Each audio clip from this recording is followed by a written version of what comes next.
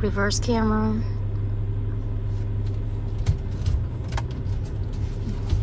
guidelines, perfect.